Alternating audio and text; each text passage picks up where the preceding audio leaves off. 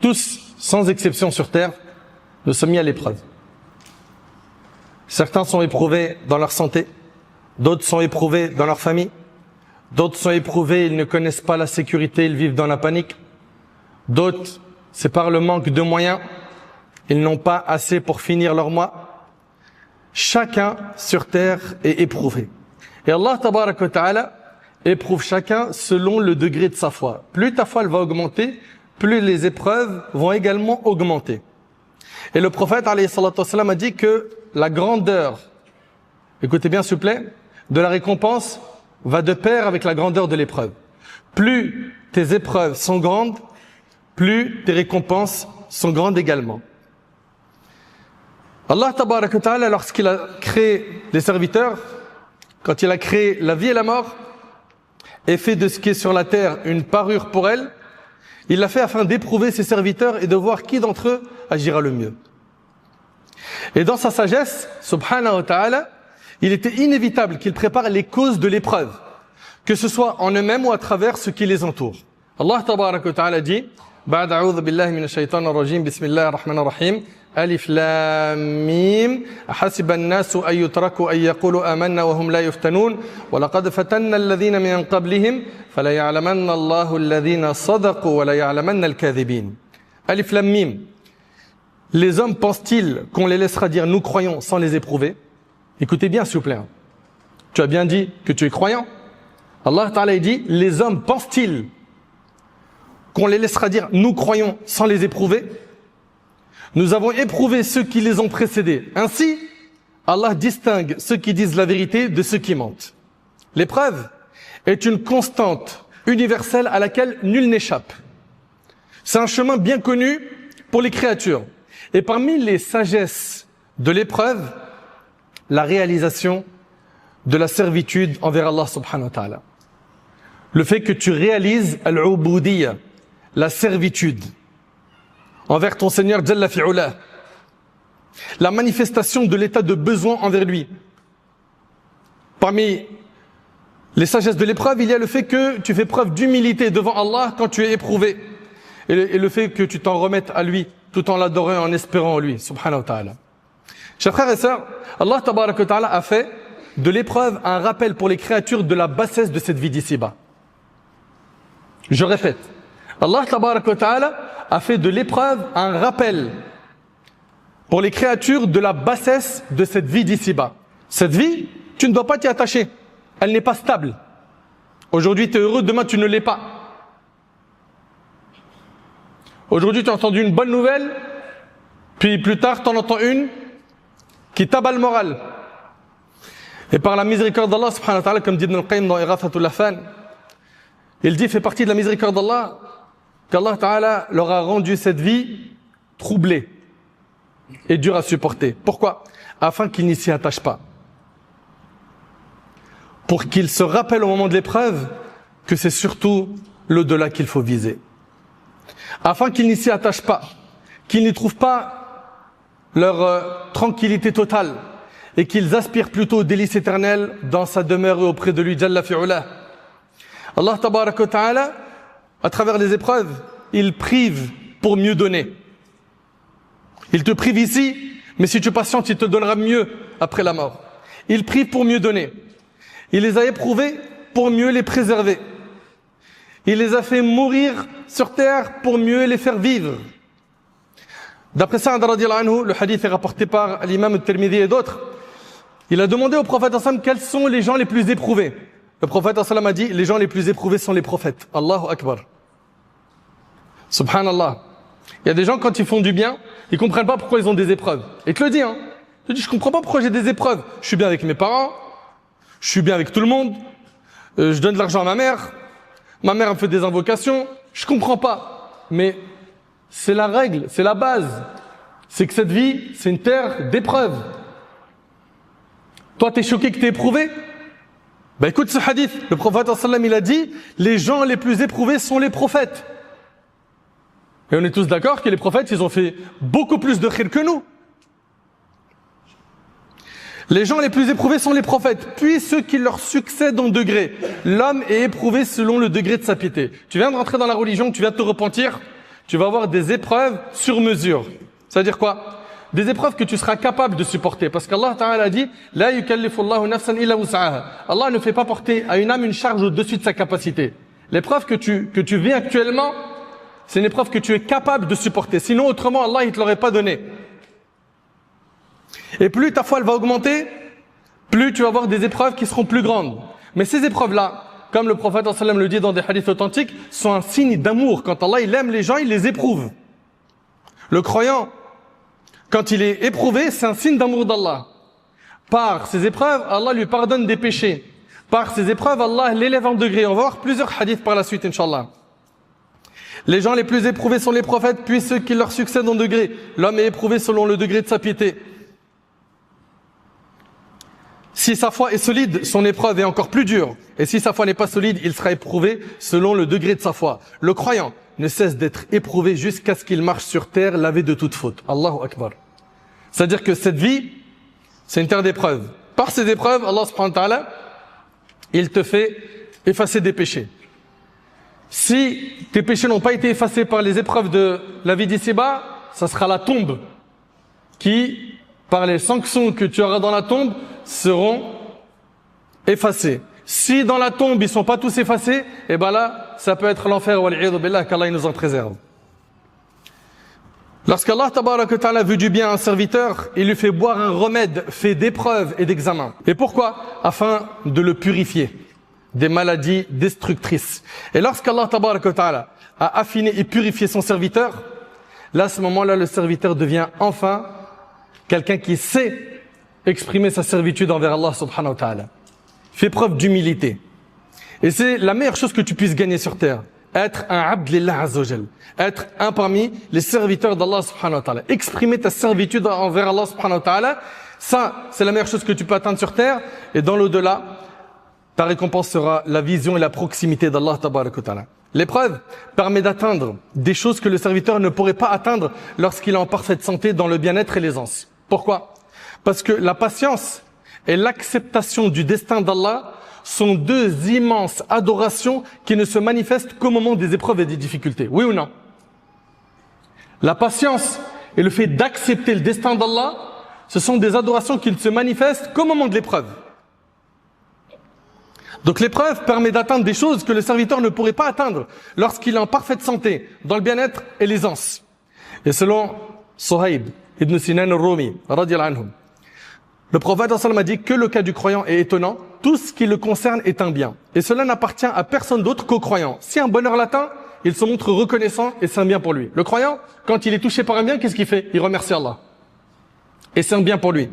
Et si un malheur l'atteint, il se montre patient. Et c'est un bien pour lui, rapporté par Muslim. Donc en réalité, nous on est entre quoi et quoi? On est entre un bienfait d'Allah, on est reconnaissant. Un malheur, on est patient. Un péché, on demande pardon. Ça n'existe pas dans la vie d'un musulman pieux qui a compris sa religion qu'il se plaigne du destin en disant du mal de son Seigneur. Pourquoi ça m'arrive à moi? Et pourquoi pas les autres? J'ai un seul enfant, il est mort. Ma voisine elle en a 5 qui sont tous en bonne santé. Pourquoi le mien et pas l'autre? Remettre en cause le destin d'Allah, ça fait partie des choses graves dans la religion. Très grave. Allah tabaraka wa ta'ala, lorsqu'il éprouve, il a une sagesse dans toute chose. Azza wa jal. Il faut que tu comprennes que Allah sait ce que tu ne sais pas. Wallahu ya'lamu antum la ta'lamun. Allah sait et vous ne savez pas. Allah sait qu'est-ce qui est bon pour toi. Qu'est-ce qui ne l'est pas? Lorsqu'Allah donne, c'est avec sagesse. Quand il reprend, c'est avec sagesse. La patience, c'est quoi? C'est le fait de maîtriser son ego. Le fait de maîtriser son ego face aux interdits, en évitant de tomber dans le haram, face aux obligations, en s'efforçant à faire ce qu'Allah nous a demandé de faire, et également le fait de patienter face aux épreuves. C'est-à-dire se retenir de dire des mauvaises paroles et se maîtriser lorsqu'un mal nous touche. Et nul n'a reçu un meilleur don que la patience. D'ailleurs, Allah Ta'ala, il dit Innama yuwaffa as-sabiruna ajrahum bighayri hisab. Les endurants auront une récompense sans limite. T'entends? Les endurants auront une récompense sans limite. Et sache que le fait de dire Alhamdulillah, le fait d'être reconnaissant, la louange et la reconnaissance envers Allah font partie des plus hauts et des plus nobles degrés spirituels. Le prophète sallam, lorsqu'il voyait ce qui lui déplaisait, il disait Alhamdulillah ala kulli hal. C'est-à-dire quoi? Louange à Allah en toute situation, et c'est rapporté par Ibn Majah al-Hakim. Par contre, l'indignation, le fait de remettre en cause le destin d'Allah face à une épreuve, ça fait partie des graves péchés. Cela revient à croire qu'Allah subhanahu wa ta'ala a injustement frappé par cette épreuve. Ou le fait de se lamenter, invoquer le malheur, ou insulter l'épreuve, se gifler les joues comme le font certains qui sont malheureusement ignorants, ou se déchirer les vêtements. Tous ces comportements-là sont des comportements qui viennent de personnes qui ne sont pas raisonnables. Car, au fond, cela revient à remettre en cause le destin d'Allah et de refuser de s'y soumettre. Tu n'as pas le droit d'agir ainsi. Tu es en train de te plaindre d'Allah, alors que ce qui est demandé en islam, c'est de te plaindre à Allah. Ce qui fait partie des plus nobles adorations.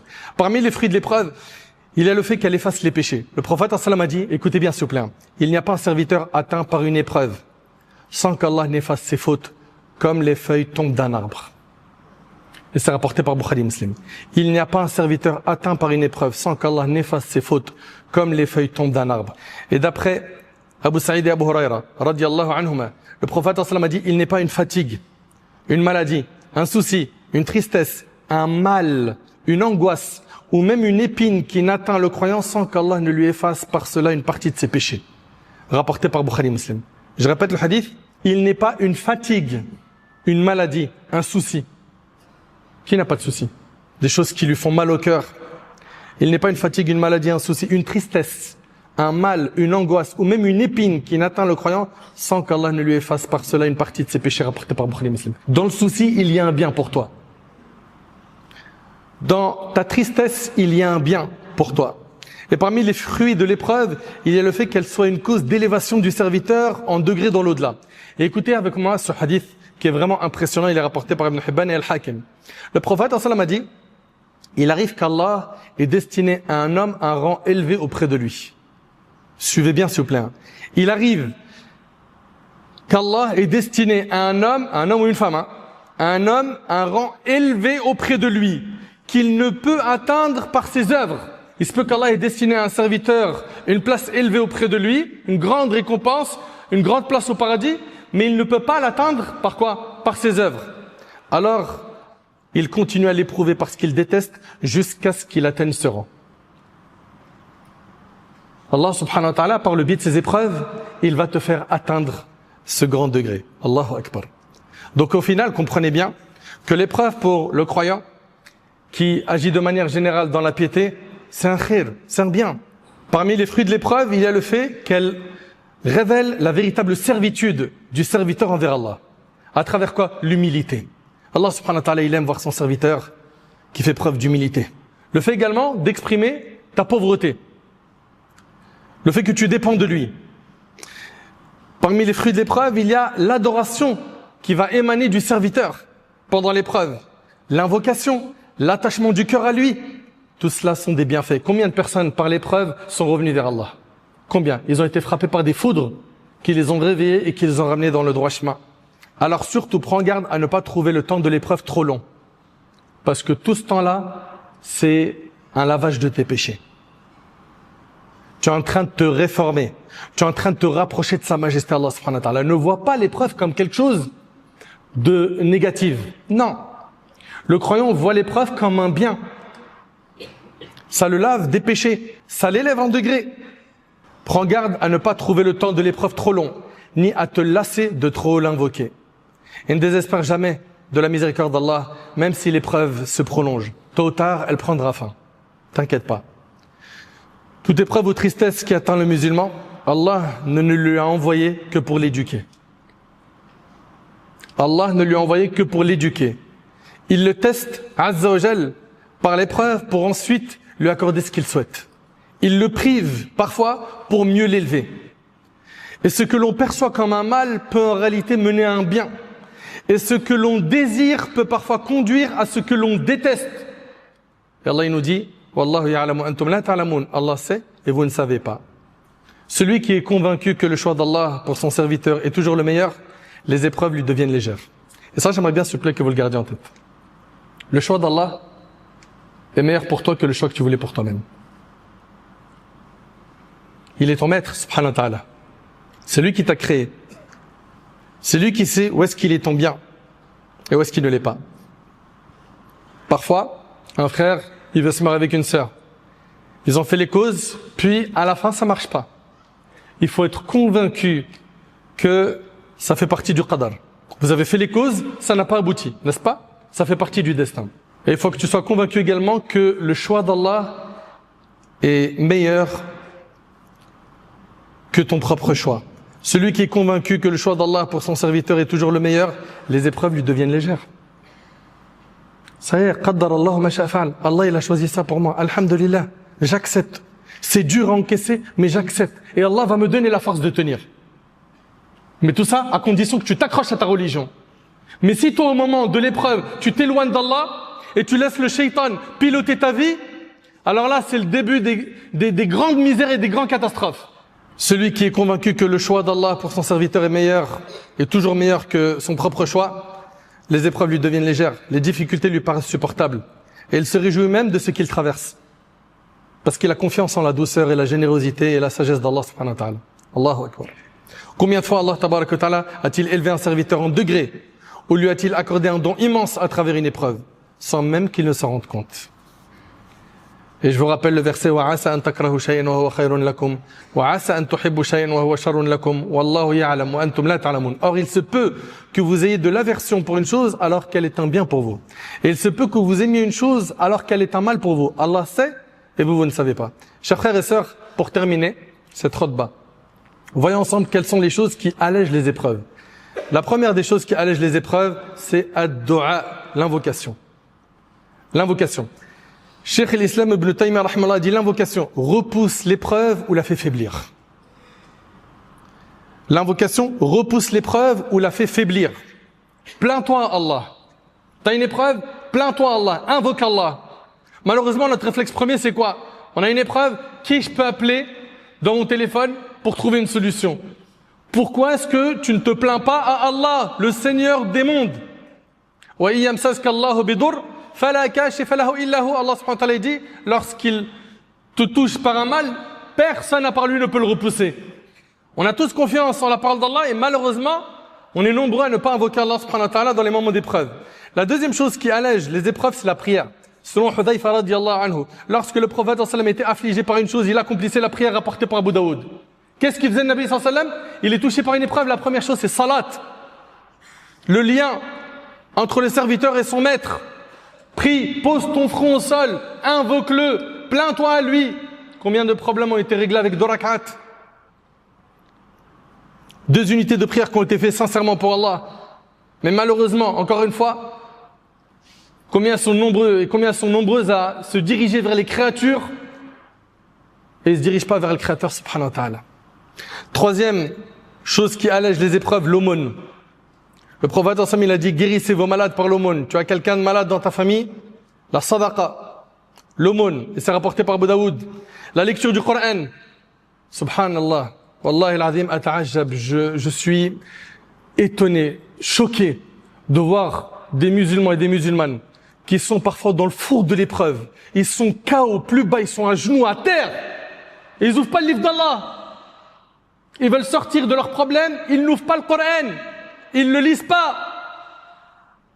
Allah Ta'ala il dit وَنُنَزِّلُ مِنَ الْقُرْآنِ مَا هُوَ شِفَاءٌ وَرَحْمَةٌ لِلْمُؤْمِنِينَ وَلَا يَزِيدُ الظَّالِمِينَ إِلَّا خَسَارًا. Nous faisons descendre du Coran ce qui est une guérison. Tu veux guérir ton cœur qui brûle, ton cœur qui saigne à cause des problèmes, des difficultés, des épreuves que tu rencontres. Allah Ta'ala il dit nous faisons descendre du Coran ce qui est une guérison et une miséricorde pour les croyants. Tu t'es détourné de la parole d'Allah et tu veux que ta situation s'améliore. Donc si on résume, les choses qui allègent l'épreuve, l'invocation, la prière, les aumônes, la lecture du Coran, fais preuve de patience dans cette vie et garde en tête que nous ne sommes pas dans une vie de récompense, on est dans une vie d'épreuve. Si tu penses que tu vas pouvoir avoir une vie stable tout le temps, 7 sur 7, 365 jours sur 365, tu t'es trompé d'adresse. Ça, c'est pas dans cette vie, c'est dans l'autre. Ici, on est sur une terre d'épreuve et il faut tenir. et comprendre qu'il y a un bien dans ces épreuves, qu'il y a énormément de choses que tu peux gagner dans l'épreuve. Encore faut-il faire preuve de piété et de clairvoyance et de patience. J'implore Allah subhanahu wa ta'ala de faire de nous des pieux. J'implore Allah subhanahu wa ta'ala de nous accorder une bonne compréhension de sa religion, qu'Allah subhanahu wa ta'ala dissipe nos soucis, qu'Allah subhanahu wa ta'ala guérit les malades de la Ummah, qu'Allah subhanahu wa ta'ala fasse miséricorde à nos défunts, qu'Allah subhanahu wa ta'ala nous guide nos familles, nos proches, nos enfants. La plupart des gens sur terre, quand ils sont éprouvés, ils tombent dans l'abattement, le désespoir. Je vois aussi des gens qui filment, s'il vous plaît, je vous demanderai de ne pas filmer. Barakallahu fikum. Et de manière générale, avant de filmer quelqu'un, on lui demande son autorisation. Jazakumullah khair. Donc la première chose, le premier objectif, c'est de mieux comprendre le sens, les significations, les sagesses et les bienfaits des épreuves pour sortir de l'abattement et du désespoir dans lesquels beaucoup de gens plongent quand ils sont touchés par une épreuve. Et certains, vous le savez, ça va jusqu'au suicide.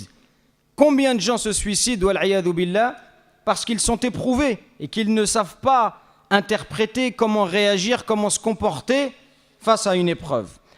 Et le deuxième objectif, c'est que l'épreuve, en réalité, elle nous permet d'être une meilleure personne, d'être un meilleur croyant. Parce qu'une épreuve, c'est un test. Une épreuve, c'est un examen d'Allah Azza wa Jal. C'est un examen pour nous permettre d'avancer, de nous perfectionner. Et par la grâce d'Allah subhanahu wa ta'ala, on essaiera de donner des outils pour tirer profit de l'épreuve. Parce que chaque épreuve, en réalité, c'est une occasion pour s'améliorer. Aussi, chacun doit savoir quoi penser, quoi dire et quoi faire lorsqu'il est touché par une épreuve. Donc, c'est des objectifs qui sont ambitieux.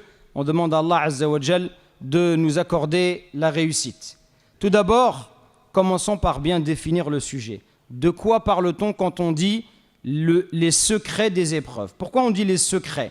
Les secrets, c'est ce qui est connu par peu de gens.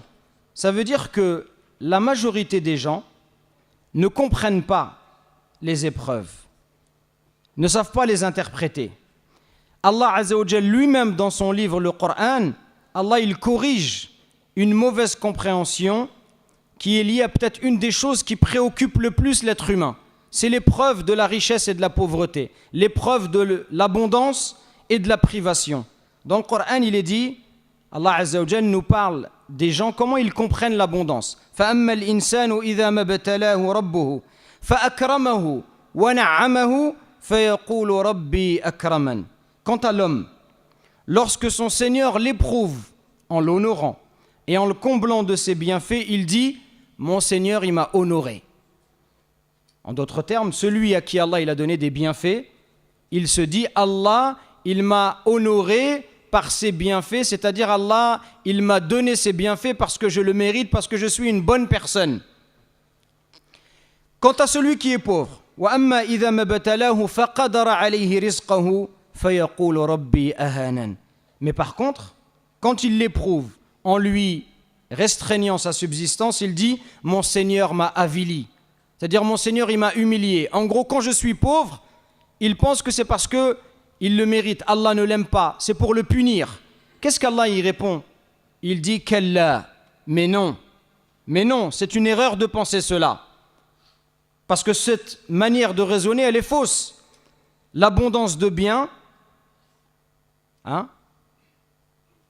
les gens pensent que le fait d'avoir beaucoup de biens, ça veut dire qu'Allah, il t'aime. Et ils pensent que si tu es pauvre, ça veut dire qu'Allah, il t'aime pas. Et Allah, il dit non, c'est faux.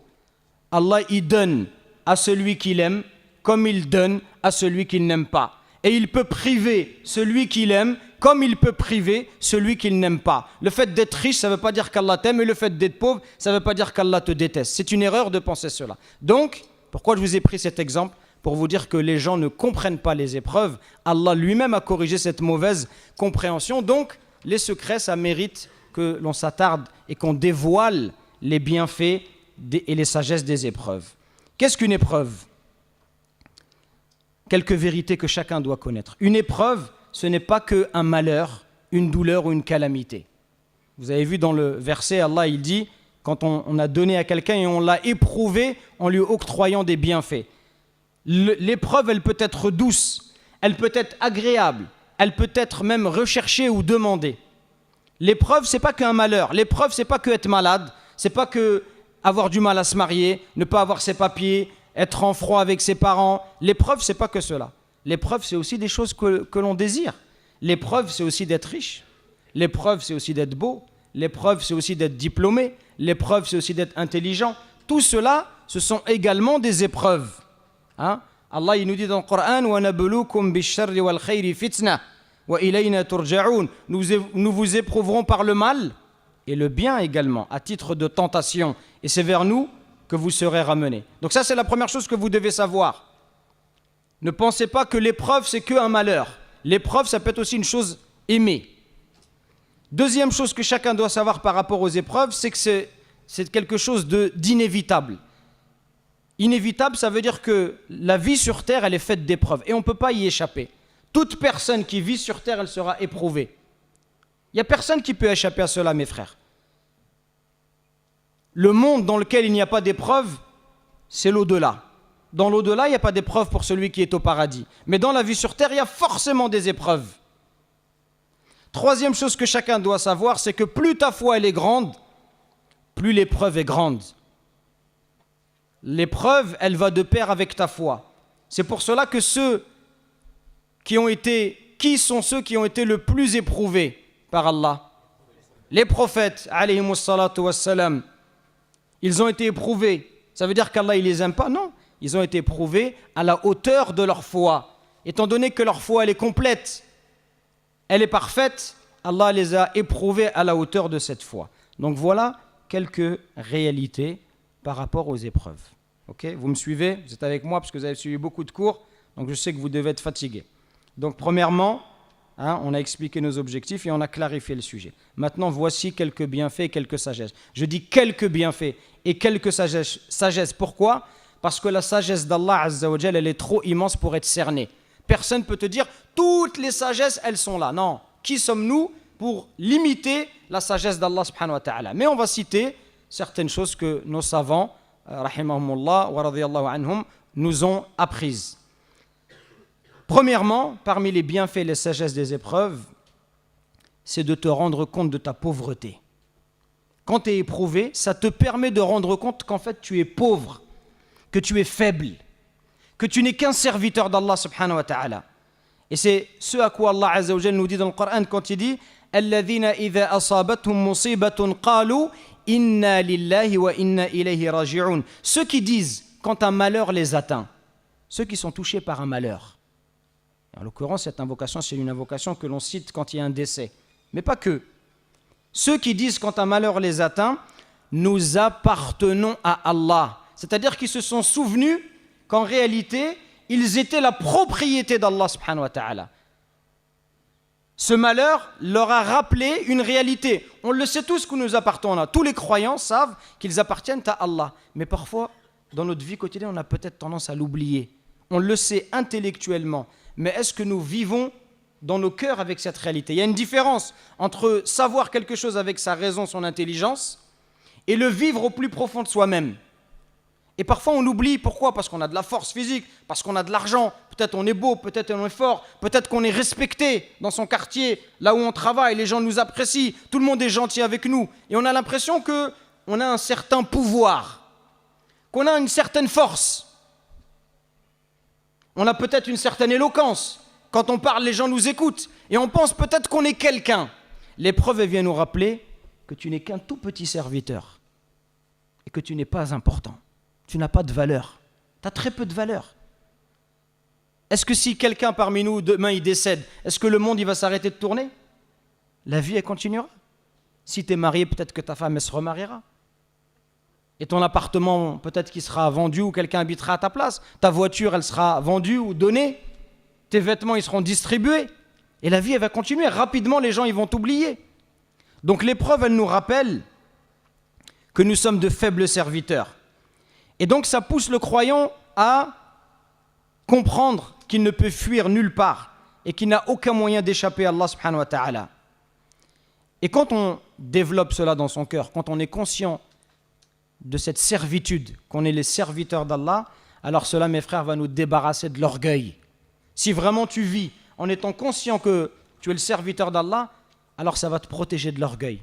Tu ne vas pas te sentir mieux que les gens, parce que tu vas dire, moi je suis une créature d'Allah, un serviteur d'Allah, comme lui, c'est une créature d'Allah également. Tu ne vas pas te sentir mieux que les autres. Vous connaissez tous Mohamed Ali. Vous connaissez tous Mohamed Ali, rahimahullah, qui est mort musulman, le grand boxeur. Pour ceux qui sont plus jeunes, boxeur des années 70, etc. Il y a très longtemps, mais un des plus grands boxeurs de l'histoire. Et Mohamed Ali, il avait des fois, il a dit certaines déclarations, certaines, vous savez, dans le monde de la boxe et du sport, surtout de la boxe, hein, il faut un peu se la raconter. Hein, quand il y a la pesée, par exemple, chacun vient, il faut montrer ses muscles, il faut dire des paroles, ça fait partie du show un peu. Et Mohamed Ali, des fois, il a dit des paroles graves qu'il a regrettées par la suite. Il disait, par exemple, si je suis même dans une cabine téléphonique, alors je sais qu'aujourd'hui, peut-être que beaucoup ne savent même pas ce que c'est, c'est une anecdote d'il y a 20 ans en arrière. Avant, il y avait une cabine, tu rentrais, tu téléphonais, quand il n'y avait pas de téléphone portable. Donc c'est tout petit. Il y a à peine la place pour qu'une personne rentre. Il disait, même dans une cabine téléphonique, si tu veux me frapper, tu ne vas pas me toucher.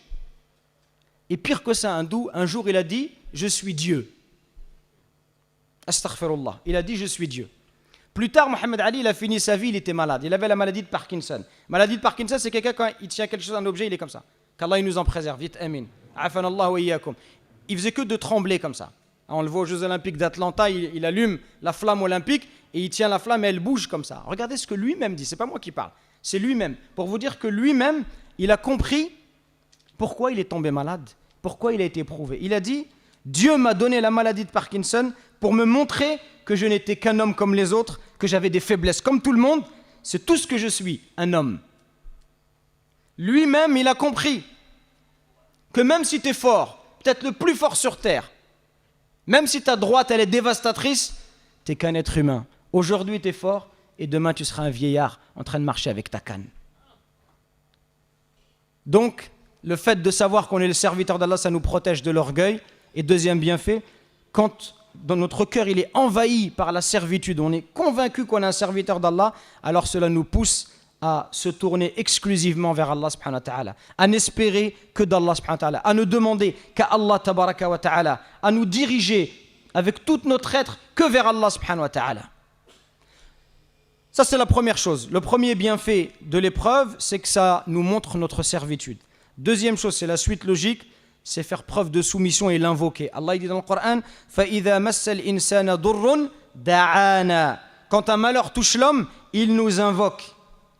Si je suis convaincu que je suis un serviteur d'Allah, l'épreuve, elle me rappelle que je suis faible, qu'est-ce qui va se passer? Alors je vais me tourner vers Allah subhanahu wa ta'ala, je vais prier, et on voit beaucoup de gens qui prient, mais quand ils prient, ils invoquent peu Allah. Combien de fois ça nous arrive malheureusement, on fait la prière, mais on n'invoque que très peu Allah. On répète des formules, mais notre esprit il est ailleurs. On dit subhanallah, alhamdulillah, la ilaha illallah, Allahu akbar, mais c'est juste la langue qui travaille. Le cœur il est absorbé par autre chose. Combien de fois ça nous arrive? Mais quand tu as des problèmes, des fois on voit quelqu'un qui vient à la mosquée, juste sa manière de prier les 2 rak'at, on sait qu'il a un problème. Pourquoi? On voit il a tellement trop chaud, il vient, il pleure. Quelqu'un on ne le voit jamais à la mosquée, du jour au lendemain il est là les 5 prières, il invoque Allah, il est plein d'humilité, de concentration. Et tu dis en ce moment ça va pas à la maison avec ma femme, je vais divorcer, etc. Et tu le vois, il est plein d'humilité. Donc l'épreuve, qu'est-ce qu'elle fait? Elle te pousse, ou des gens qui ont quelqu'un de leur famille qui est très malade, qui ont leur papa ou leur maman qui est très malade, et tu le vois, il invoque avec beaucoup de ferveur. D'habitude, ces invocations, elles ne sont pas comme ça. Mais là, ces invocations, elles ont de l'humilité, elles ont du khushu'. Pour quelle raison? Parce qu'il est éprouvé. Et en réalité, quand on est éprouvé, ça nous pousse à faire beaucoup plus d'adoration, à invoquer, comme le verset l'évoque, mais également à nous repentir. Il y a beaucoup de versets qui évoquent cela. Donc ça, c'est la deuxième chose. La troisième chose, parmi les bienfaits de l'épreuve, c'est que ça efface les péchés. Ce qu'on appelle l'effacement ou l'expiation des péchés. Le prophète sallallahu alayhi wa sallam nous dit « Ma yazalul bala'u bil mu'mini wal mu'mina » Le croyant et la croyante ne cesseront de subir des épreuves « Fi nafsihi wa waladihi wa malihi » à travers leur personne, leurs enfants et leurs biens « Hatta yalqa Allahu wa ma alayhi khati'ah » au point de rencontrer Allah complètement débarrassé des péchés. Donc le croyant, il est éprouvé, que ce soit en lui-même, mais on peut être éprouvé également à travers nos enfants ou à travers nos biens. Un papa ou une maman, elle peut être éprouvée à travers ses enfants. Et quand on a des enfants, c'est même plus dur d'être éprouvé à travers ses enfants. Un père de famille, il préfère que ce soit lui qui soit malade plutôt que ses enfants. Et donc, ces épreuves-là, qu'est-ce qu'elles ont comme conséquence? Allah, à travers ces épreuves, il t'efface tes péchés. Et toi, tu n'es pas conscient. Et parfois, on est éprouvé, on n'est pas content. Alors qu'en vérité, on devrait être content. Puisque c'est quoi la monnaie de Yawm al-Qiyamah? C'est les bonnes actions. C'est ça qui va être pesé. Donc, si tu viens le jour dernier, et par ces épreuves, Allah, il t'a effacé un peu de péché. C'est pas bien pour toi, c'est pas une bonne nouvelle. Toi, sur le moment, tu ne t'en rends pas compte. Et en fait, il est là tout le problème. C'est que l'être humain, comme il n'a peu de connaissances, comme il a peu de clairvoyance, l'être humain, il n'est pas conscient de ces choses-là. Mais le croyant, lui, il doit être conscient de ces choses-là. Si tu as une maladie, dis alhamdoulilah. Déjà, en plus, il y a toujours pire que toi. Même si tu es malade, il y a pire que toi. Il y a des gens qui sont plus malades que toi. Donc, les bienfaits, parmi les bienfaits de l'épreuve, c'est que Allah Azza wa Jalla, il efface les péchés. Dans un autre hadith, il est dit, un hadith authentique, إذا أراد الله بعبده الخير عجل له العقوبة في الدنيا وإذا أراد الله بعبده الشر أمسك عنه بذنبه حتى يوافي به يوم القيامة. Quand Allah il veut du bien à un serviteur, il lui inflige un châtiment anticipé ici-bas. Quand Allah il veut ton bien, comme Allah il t'aime, t'as fait des fautes, t'as fait des erreurs, t'as des péchés. Alors Allah, il va anticiper le châtiment ici. Pour quelle raison? Pourquoi Allah, il anticipe ton châtiment ici? Question que je vous pose. Pour que tu ne sois pas châtié dans l'au-delà. Pour que dans l'au-delà, tu rentres directement au paradis. Vous voulez rentrer directement au paradis? Qui ne veut pas rentrer directement au paradis? C'est notre souhait, normalement, nous tous. On doit tous vouloir rentrer directement au paradis. Il y a des fois des gens disent ouais c'est pas grave tant que je rentre même si après. Non, subhanallah, on parle pas comme ça. Inch'Allah on rentre directement. On dirait qu'il parle de ouais je dois galérer un peu, c'est juste. Subhanallah c'est l'enfer. Un musulman il doit pas dire c'est pas grave si je vais quelques années, Non, qu'on demande à Allah il nous préserve, on rentre directement au paradis Inch'Allah. Tu dois être ambitieux et tu dois faire les efforts pour. Donc le prophète sallallahu alayhi wa sallam il nous dit que Allah Azza wa Jal quand il veut du bien à quelqu'un qu'est-ce qu'il fait? Il lui précipite son châtiment ici par des épreuves. Et Yawm al-Qiyamah, comme ça, il rentre directement au paradis. Et par contre, si Allah, il ne veut pas du bien à son serviteur, en réalité parce que lui-même l'a mérité, alors il le laisse persister dans son péché jusqu'à ce qu'il le rencontre au jour de la résurrection. Donc ça fait partie des bienfaits, mes frères et sœurs. Toutes ces choses-là, pourquoi je vous dis toutes ces choses-là? Pour que vous le gardiez à l'esprit. Et que lorsque vous serez éprouvés, puisqu'on est tous éprouvés, que vous pensiez à ces choses-là. Il vous arrive une galère, dites Alhamdulillah. Alhamdulillah, c'est Allah qui a voulu. Parce que nous, on croit au destin. Allah, il a voulu. Mais c'est un bien. Hein? Également, parmi les bienfaits de l'épreuve, c'est la quatrième chose, c'est que ça nous élève en degrés. Ça nous élève en grade. Le prophète, sallallahu alayhi wa sallam, dit dans un hadith authentique, « Inna al-abda, idha sabaqat lahu min Allahi manzilatun, lam yablugha bi'amalihi, ibtalahu Allahu fi jasadihi, ou fi malihi, ou fi waladihi. » Certes, quand un fidèle serviteur d'Allah ne réussit pas, grâce à son œuvre, à accéder à une haute position qu'Allah lui avait prédestinée. Il y a des gens, Allah Azza wa Jalla lui a prédestiné un haut degré au paradis. Mais les actions qu'il accomplit sur terre ne lui permettent pas d'atteindre ce degré. Alors Allah, qu'est-ce qu'il va faire? Il va lui infliger une épreuve dans son corps, dans ses biens ou dans ses enfants. Et s'il patiente face à cette épreuve, alors il sera récompensé par Allah en accédant à cette haute position. Donc parfois, on peut être malade, je prends l'exemple de la maladie, mais ça peut être toute une autre épreuve. Et en réalité, c'est un moyen par lequel Allah va nous donner les hauts degrés au paradis.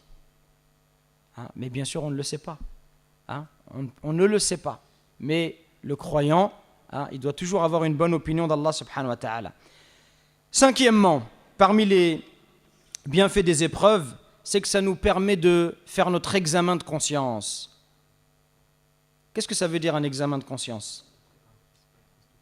C'est une introspection. Toi, tu nous as expliqué avec un mot encore plus dur, ça, tu les as tous perdus. Alors, examen de conscience, introspection. Qui nous explique avec des phrases simples, que tout le monde comprenne? Se remettre en question. Très bien. Se remettre en question. Se poser des questions, dire mais pourquoi il m'arrive ça? Pourquoi il m'arrive des problèmes? Qu'est-ce que j'ai fait? Tu dois creuser, chercher. Hein? Puis souvent quand on est éprouvé, on se dit c'est peut-être une punition d'Allah. Mais si c'est une punition, qu'est-ce que j'ai fait? Pourquoi j'ai mérité cette punition? Et tu vas chercher. Et peut-être que tu vas te rendre compte, ah oui, j'avais fait tel péché. Et tel péché, il m'a conduit à ça. Hein? Et celui à qui Allah il veut du bien, celui qui Allah il aime, quand il fait un péché, tout de suite il sait, ah ça c'est à cause de ça. Hein? J'ai un exemple qui me vient en tête, le frère en question il m'excusera, mais je jouais avec un frère au foot et une fois il a fait semblant. Ah, il s'est blessé, parce qu'il voulait sortir. Et après il s'est blessé pour de vrai. Et il m'a dit, Wallah il s'est blessé après pour de vrai. Et qu'est-ce qu'il m'a dit? Il m'a dit ça c'est, Allah il m'a puni parce que j'ai fait semblant d'être blessé. J'ai fait semblant devant les gens, tout le monde a cru, c'était pas vrai. Et ben j'ai été blessé pour de vrai. Lui-même il a su. Ça veut dire quoi que lui-même? Ça veut dire qu'Allah il lui a voulu du bien. Parce que lui-même il a compris d'où elle venait son erreur. Et donc la prochaine fois, il ne répétera pas cette erreur. Si tu sais à cause de quoi tu as été puni, bah, tu vas faire attention. Si tu te brûles le doigt dans le feu, la seconde fois tu vas pas remettre ton doigt, parce que tu sais que ça brûle. Donc on a besoin parfois d'avoir des épreuves pour nous permettre de nous corriger et de nous dire « Ah ouais, là j'ai fait une erreur ». Également, parmi les bienfaits de l'épreuve, c'est que ça nous permet de connaître la nature des gens, la véritable nature des gens.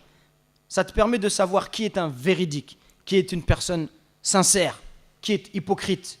Et même parmi tes amis, quand tu seras éprouvé, tu vas voir ça c'est qui tes vrais amis. Et quand vraiment tu seras éprouvé, tu vas dire ce que tout le monde dit. Les vrais amis, on en a 2, 3 ou 4. Hein, et même 4, c'est beaucoup. Parce que les épreuves, elles font ressortir la réalité. Al-Fudayl ibn Iyad, rahimahullah, il disait... Les gens vivent bien dans la discrétion jusqu'au moment où ils subissent une épreuve. À partir de là, certains s'avèrent croyants, d'autres hypocrites. Et vous connaissez tous l'histoire d'Abu Bakr Siddiq radiyallahu anhu. Abu Bakr, on l'appelle Abu Bakr le véridique. Pourquoi on l'appelle le véridique? Puisqu'un jour, il a été éprouvé. Les gens lui ont dit, tu sais ce qu'il raconte? Mohammed, ils ont dit, Mohammed, celui qui prétend être prophète, il a dit qu'il est parti la même nuit, il est parti de la Mecque jusqu'à Jérusalem. Et il est revenu. Ça, c'est une épreuve. Est-ce qu'il va croire en la véracité des propos du prophète ou est-ce qu'il va dire non, ça c'est impossible? Et certains, ils n'ont pas cru. Certains croyants, à cause de ça, ils sont sortis de l'islam. Ils ont dit ça c'est faux, c'est impossible. Mais Abu Bakr, qui est très intelligent, il a dit quoi? Il a dit, s'il a dit ça, alors c'est vrai. Et il a dit, je crois en lui pour des choses plus graves que cela. Il prétend que la révélation, elle descend du ciel. Si je crois qu'Allah, il lui révèle des versets, je peux bien croire qu'Allah lui permette d'aller de la Mecque à Jérusalem. Il n'y a rien d'étonnant. Et aujourd'hui, ça nous fait sourire, puisqu'aujourd'hui, nous, on est capable de faire l'aller-retour de la Mecque à Jérusalem. Avec la technologie, pour nous, ça nous paraît évident. Mais à l'époque, c'était impossible. Puisqu'à l'époque, c'était de la Mecque à Jérusalem, c'est 40 jours de chameau. Donc 40 jours, 80 jours. Et toi, tu dis en une soirée. Et à partir de ce jour-là, comment on l'a appelé? On l'a appelé le véridique. Donc cette histoire, cette épreuve, elle a permis de faire connaître au monde entier la véracité de cet homme-là, Abu Bakr, qui est le meilleur des compagnons après, qui est le meilleur musulman après le prophète sallallahu alayhi wa sallam. Également, septièmement, et on va s'arrêter sinon on pourrait citer beaucoup de choses, les épreuves, elles nous rappellent la grâce divine et les bienfaits. Ça nous permet de mieux comprendre par exemple le sens de la santé et du bien-être. Allah il nous a donné des bienfaits, et des bienfaits, et des bienfaits, et des bienfaits. Et on est tellement habitués, mes frères et sœurs, qu'on ne s'en rend même plus compte. On rentre tous les jours chez nous, on ouvre le frigo et tous les jours on a à manger. Tous les jours on a de l'eau fraîche. Tous les jours on a une maison où il n'y a pas de fuite d'eau, ou en tout cas de manière générale. Peut-être que certains, malheureusement, oui je dis ça parce que peut-être, des fois on parle, mais il y a des frères parfois qui vivent dans des situations difficiles. On a des frères qui sont réfugiés, on a des gens qui ne mangent pas à leur faim. Mais de manière générale, nous en France, on n'a pas ce problème-là. On rentre, on a à manger. On veut manger de la viande, on mange de la viande. On a beaucoup de vêtements. Vous êtes tous comme moi, vous avez plein de vêtements que vous ne mettez jamais. On a tous dans nos armoires des vêtements qu'on ne met jamais. C'est vrai ou pas? Il y a plein de gens sur Terre qui n'ont qu'une tunique, une ou deux tuniques. On ouvre notre frigo, on a de l'eau fraîche. Mais quand on est privé de ces bienfaits, ah là on se rappelle les bienfaits d'Allah tabaraka wa ta'ala. Donc les épreuves, par exemple on tombe malade, des fois on a juste mal à l'œil, juste mal à l'oreille, ou à une dent. Ah, le pire c'est les dents. On a mal aux dents, toute la nuit tu dors pas. Et là tu te rappelles le bienfait d'être en bonne santé, de ne pas avoir mal à l'œil. Des fois juste il y a des gens, juste son pouce, le pouce là, il a mal au pouce, à cause de ça il est handicapé. Il n'arrive pas à écrire, il n'arrive pas à conduire, il n'arrive pas à faire plein de choses, à cause d'un petit doigt. Donc tout ça, les épreuves, elles nous permettent de nous rappeler les bienfaits d'Allah tabaraka wa ta'ala, de le remercier pour cela, parce que c'est ça qui est demandé, de remercier Allah pour ses bienfaits. Enfin, et je terminerai là-dessus sur les quelques sagesses des épreuves, c'est que les épreuves nous permettent d'aiguiser le désir du paradis. Parce qu'en réalité, on ne peut désirer le paradis qu'après avoir goûté l'amertume de la vie d'ici-bas. Celui qui a un certain âge, qui a vécu une vie, et il a eu des épreuves, il a vraiment envie de goûter au paradis. Parce qu'il sait que la vie d'ici-bas, elle n'est pas toujours facile. Il sait que la vie, elle est dure.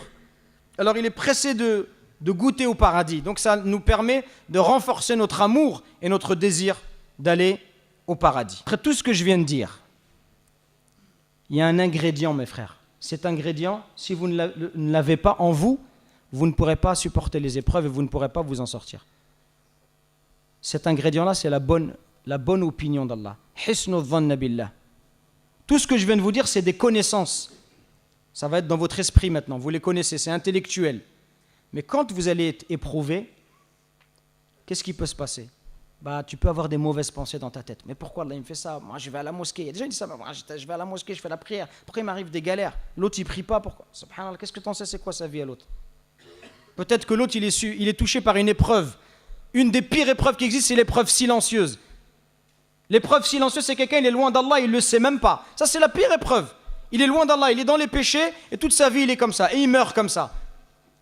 Toi, au moins, tu as une épreuve, tu en es conscient, tu demandes pardon à Allah. Remercie Allah. Allah, il te permet à travers cette épreuve de revenir vers lui. Il y a des gens, ils n'en sont même pas conscients. Donc, le fait d'avoir une bonne opinion d'Allah subhanahu wa ta'ala, ça va te rappeler que l'épreuve, ça te rapproche d'Allah, que ça purifie ton monothéisme, ça va exprimer ta servitude de manière parfaite, ou en tout cas d'une meilleure façon. Ça purifie ton cœur de l'orgueil, de la vanité. Ça te pousse à l'adorer davantage en le remerciant, en l'invoquant, en te repentant. Ça purifie tes mauvaises actions, ça t'élève en degré. Elle te pousse à te remettre en question. Elle te montre la réalité de la vie sur terre et te fait aimer davantage le paradis. Elle purifie tes fréquentations également. Regardez tous les bienfaits.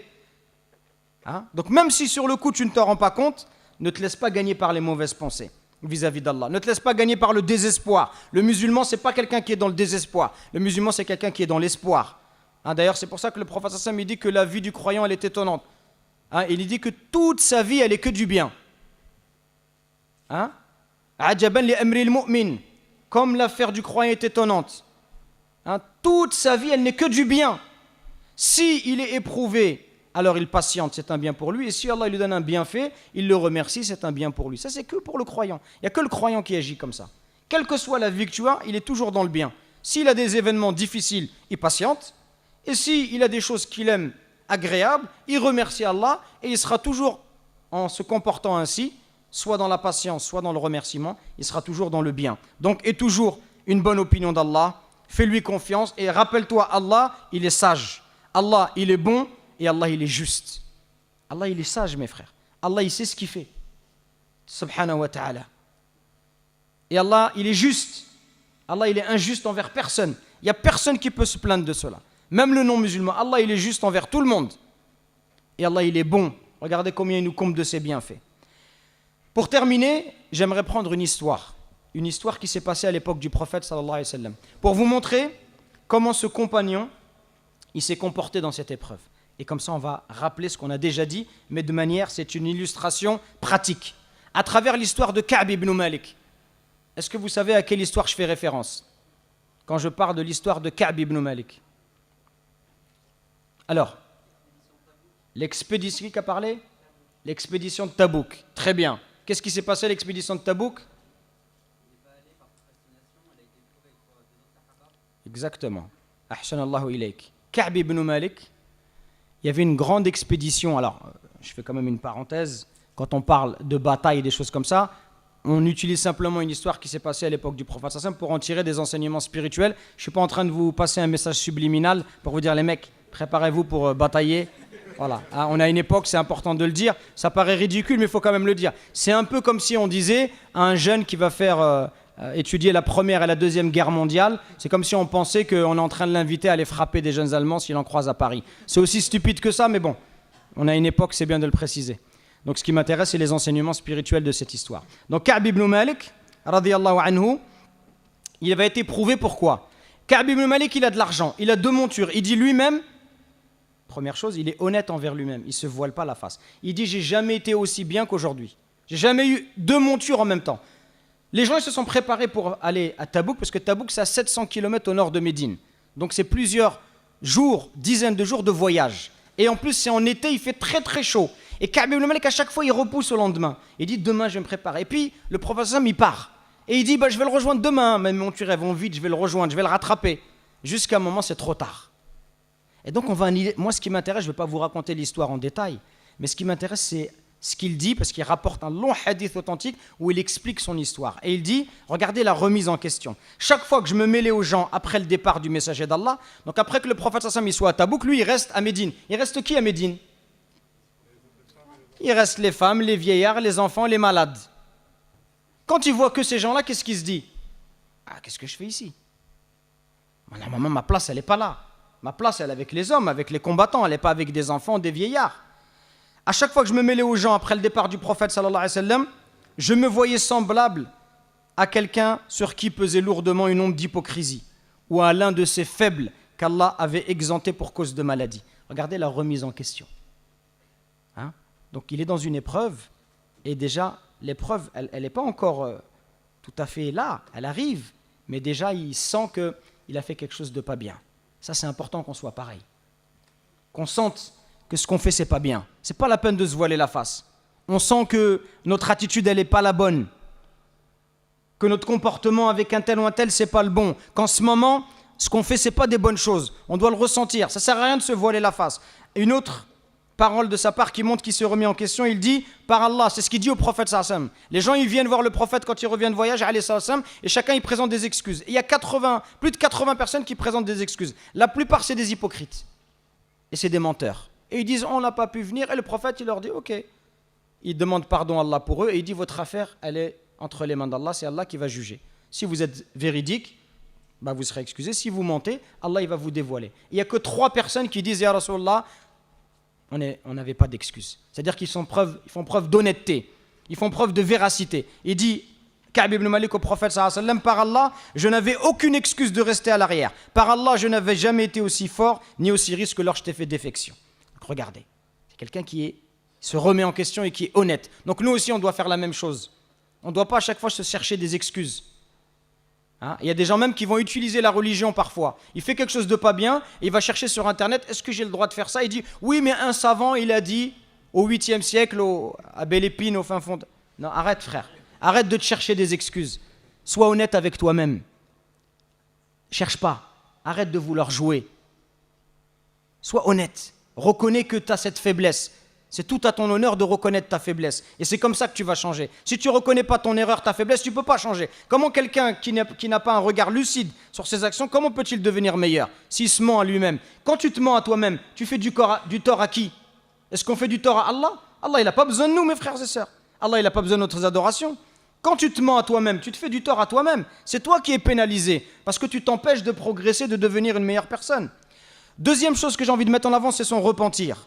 Et il dit que lui et les 2 autres qui ont dit la vérité, ils gardèrent, notamment les 2 qui étaient plus anciens que lui, ils sont restés chez eux et ils n'ont cessé de pleurer. Tous les jours, ils pleuraient, ils demandaient pardon.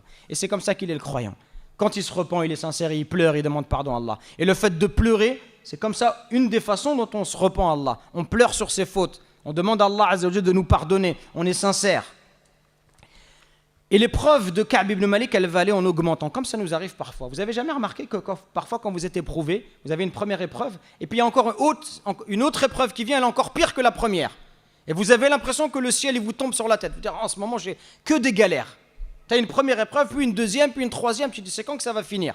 Ça vous arrive vous aussi? Souvent c'est comme ça. Et bien Ka'b ibn Malik, c'est pareil. Quel va être le jugement du prophète? Le prophète va leur dire, personne n'a le droit de vous parler à Médine, vous attendez la révélation d'Allah. Donc c'est ce qui va se passer. Comme Ka'b ibn Malik, il est jeune, il dit, moi je vais à la mosquée, je prie, je vois le prophète, je lui passe le salam, je regarde sur ses lèvres, est-ce qu'il me répond ou pas? Au début, voilà, ça lui pose pas de problème. Vous voulez pas me parler? Ne me parlez pas, ça ne me pose pas de problème. Imaginez-vous là, toute la mosquée, personne ne parle.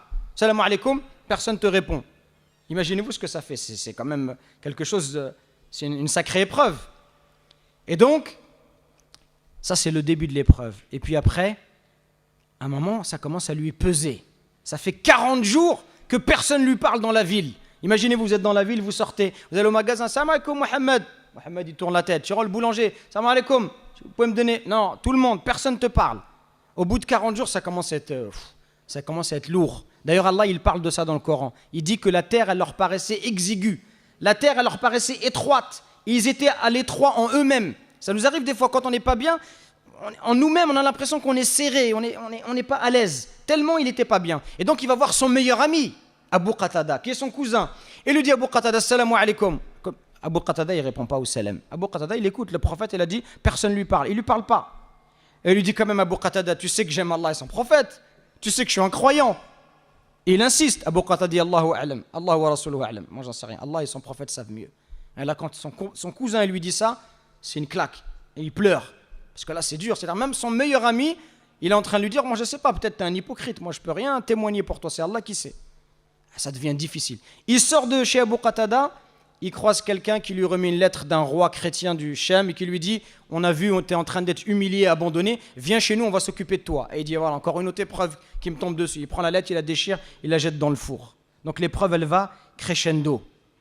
Encore plus, le prophète, il vient au bout de 40 jours, il envoie un émissaire pour lui dire « Maintenant, le prophète, il te dit « Même ta femme, elle ne reste plus avec toi. Tu dois rester tout seul. » Et donc, il reste 10 jours tout seul. Même sa propre femme l'abandonne pendant 10 jours. Et on arrive à la 50e nuit, jusqu'à ce que la délivrance arrive. Et là, le prophète Salat Sobh, il annonce qu'Allah, il a agréé leur repentir. Et le prophète va lui dire, quand il va venir à la mosquée, « Réjouis-toi du plus beau jour que tu n'aies jamais connu depuis que ta mère t'a mis au monde. » Donc regardez comment on est passé de quelqu'un qui n'a pas participé à l'expédition avec le prophète parce qu'il a préféré sa vie. Il a été individualiste et il a compris cela. Il s'est remis en question, il a été éprouvé, mais il a été sincère et véridique dans son repentir. Comment est-ce qu'il est devenu meilleur? Parce que je vous ai dit tout à l'heure, l'épreuve doit nous rendre meilleurs. Qu'est-ce qu'il a dit? Ka'b ibn Malik. Ça, c'est une leçon pour nous. Ça veut dire que quand on sort d'une épreuve, on doit en tirer une morale. Si je suis éprouvé, je dois en tirer une morale. Même si c'est un petit truc de la vie. Des petites choses de la vie. Quelqu'un, par exemple, il y a des gens, voilà, il a 3-4 amendes. 3-4 amendes parce qu'il excès de vitesse. Il faut que tu te remettes en question. Peut-être que tu roules trop vite. Et peut-être Allah, il est en train de t'envoyer un signal.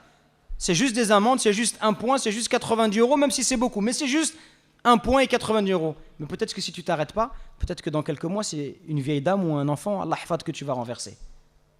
T'en sais rien. Donc il faut que tu tires des leçons. Il faut que tu conduises normalement, pas comme un cinglé sur la route. Et toute épreuve dans ta vie, elle te permet de tirer une morale. C'est quoi la morale qui va tirer Ka'b ibn Malik? Vous savez ce qu'il dit? Lui-même, il dit ça. Il lui dit, Ya Rasulallah, il parle au prophète, il dit, ô messager d'Allah, Dieu le Très-Haut ne m'a sauvé qu'à cause de ma sincérité, qu'à cause de ma véracité. Et comme autre preuve de mon repentir, parce que son repentir, il est sincère, je ne dirai plus que la vérité tant que je vivrai. Ça, c'est la leçon que Ka'b ibn Malik, il a tiré lui-même. Personne ne lui a dit.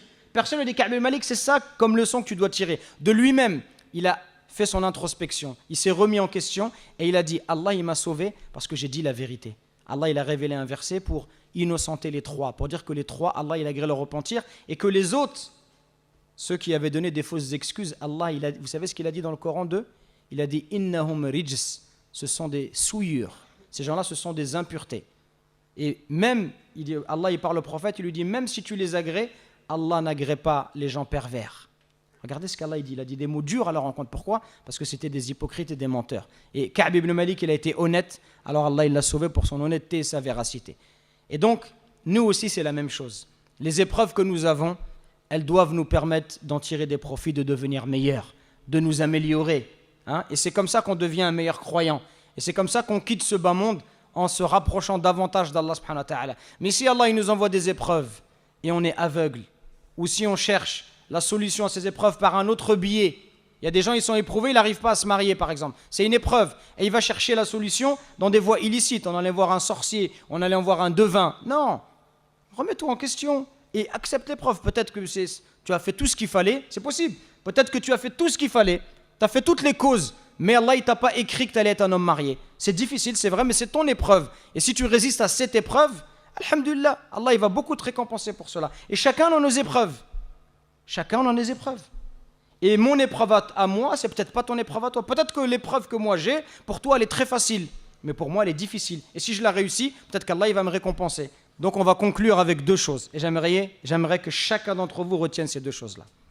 Et je vous pose des questions, normalement, vous devez bien me répondre. Ne m'éprouvez pas, s'il vous plaît. Ne m'éprouvez pas. Alors, on est éprouvé par quoi et par quoi?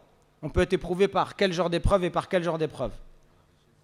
Alors, de manière générale, par le bien et par le mal. Chaque épreuve, on doit adopter un comportement. Quand on est éprouvé par le bien, voilà. Quand on est éprouvé par le bien, le comportement qui est attendu de nous, c'est quoi? C'est le remerciement. Je suis éprouvé par le bien. Allah, il m'a donné de la richesse, je dois le remercier. Allah, il m'a donné de la force, je dois le remercier. Allah, il m'a donné de l'intelligence, je dois le remercier. Allah, il m'a donné cette capacité à créer des liens entre les gens, je dois le remercier. Allah, il m'a donné ceci, une belle femme, des beaux enfants, des enfants, je remercie Allah. Allah, il m'a donné un bon métier, je remercie Allah. Pour être un peu plus précis, il y a 3 façons de remercier Allah. Par le cœur, par la langue et par le corps. Par le cœur, c'est quoi? C'est d'avoir dans son cœur savoir, c'est cette prise de conscience que le bienfait, il provient d'Allah. C'est la première étape. Je sais que ce bienfait, il vient d'Allah. Et je ne dis pas, non, c'est grâce à moi. Moi, j'ai un bon taf, c'est moi, je suis intelligent. Moi, j'ai une belle femme, c'est normal, moi, je suis un beau gosse. Je suis riche, c'est normal, moi, j'ai travaillé. Toutes ces années, j'ai travaillé. C'est vrai ce que tu dis. Tu as fait toutes ces choses-là. Mais qui t'a permis de travailler? Qui t'a permis d'être intelligent? C'est pas toi qui as décidé. C'est Allah qui t'a permis cela. C'est vrai qu'on a des aptitudes, on a des qualités naturelles. Mais qui nous a donné cela? C'est Allah qui nous a donné cela.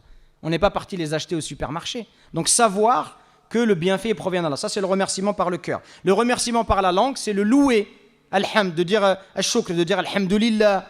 Souvent, de répéter ça, de remercier Allah. Et le savoir par le corps, et ça, c'est le degré le plus haut, c'est d'utiliser ce bienfait dans l'obéissance à Allah. Allah, il t'a donné de l'argent, tu utilises cet argent pour faire du bien, pas pour faire du mal. Tu utilises cet argent pour faire des aumônes, pour aider tes parents, ta famille, tes enfants, pour faire des sadaqas, pas pour faire du mal. Bien sûr, tu te fais plaisir, mais tu n'es pas dans l'excès. Allah t'a donné de la force, tu l'utilises pour être au service des plus faibles. Tu défends les opprimés. Ça, c'est les forts qu'on aime. Les gens qui sont forts et qui défendent les faibles. Ça, c'est des vrais forts. Ce n'est pas le fort qui opprime le plus faible. Ça, ce n'est pas un fort. Ça, c'est un lâche. Le vrai fort, c'est celui qui aide les plus faibles, les plus opprimés. Donc, tu utilises ce bienfait qu'Allah t'a donné dans la voie d'Allah, pour l'obéissance. Allah t'a donné de la tchatch, tu parles bien, ben n'utilise pas ça pour parler aux filles et pour les endormir.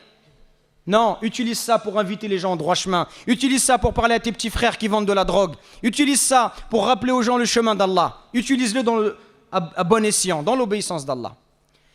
Quand on est éprouvé par le mal, c'est quoi l'attitude à adopter? La patience, voilà, tout le monde doit savoir ça, la patience, très bien. Et la patience, elle a également plusieurs niveaux. D'abord au niveau de son âme, c'est-à-dire ne pas refuser le destin d'Allah, ni s'affoler, ou encore pire, éprouver de la colère vis-à-vis d'Allah. Quand vous êtes éprouvés, mes frères, n'éprouvez pas de la colère vis-à-vis d'Allah. Allah, il veut votre bien. C'est simplement que vous ne le voyez pas. Vous n'êtes pas conscient de cela. Vous êtes en colère parfois, mais non, ne soyez pas en colère contre Allah. Non, le croyant, il pense toujours du bien d'Allah subhanahu wa ta'ala. C'est juste que toi, tu n'es pas conscient d'où il se situe le bien. Mais aie confiance en Allah. Sache que si Allah il a fait ça, c'est que c'est bien pour toi. Donc ça, c'est au niveau de l'âme. Au niveau de la langue, c'est ne pas se plaindre, ne pas se lamenter. Pourquoi ça m'arrive qu'à moi? Pourquoi tous les autres ils se marient? Pourquoi ceci? Pourquoi c'est moi qui est malade? Pourquoi c'est pas un tel? Non, on se lamente pas comme ça, mais on accepte le destin d'Allah. Et enfin, par son corps, ça c'est peut-être plus par rapport, par exemple, à un décès, c'est pas se griffer le visage, se déchirer les vêtements, etc., etc. Donc, la chose la plus importante que j'ai dit, je le répète, c'est cette bonne opinion d'Allah tabaraka wa ta'ala. Est-ce que, alhamdoulilah, j'ai été clair pour vous? Oui? De toute façon, vous êtes bien éduqués, vous dites oui, même si ce n'est pas le cas. C'est bien, mashallah. Hein? Donc, je vous remercie pour votre écoute attentive. On demande à Allah. Je finis avec une dernière chose. On a vu que l'épreuve, ça pouvait être un bienfait. Est-ce que malgré tout, puisque c'est un bienfait, est-ce qu'on demande à Allah de nous éprouver? Est-ce que je dis, Allah, rends-moi malade, comme ça je vais au paradis direct. Allah, rends-moi pauvre, rends-moi... Est-ce qu'on demande ce genre de choses? Non, jamais. Parce qu'on a vu qu'Allah, il peut t'éprouver par le bien. Donc, tu n'as pas besoin de demander. Toi, tu demandes qu'Allah, il te préserve. Par contre, quand ça arrive, quand tu es éprouvé, eh ben là, tu patientes. Mais on ne doit pas demander à Allah la pauvreté, la faiblesse, les maladies. On ne demande pas ces choses-là. On demande ça ni pour nous, ni pour nos enfants. Inch'Allah, naktafi bihada al-qadr. Barakallahu fikum. Subhana rabbika rabbil izzati amma yasifun wa salamun ala al-mursalin. Walhamdulillahi rabbil alamin.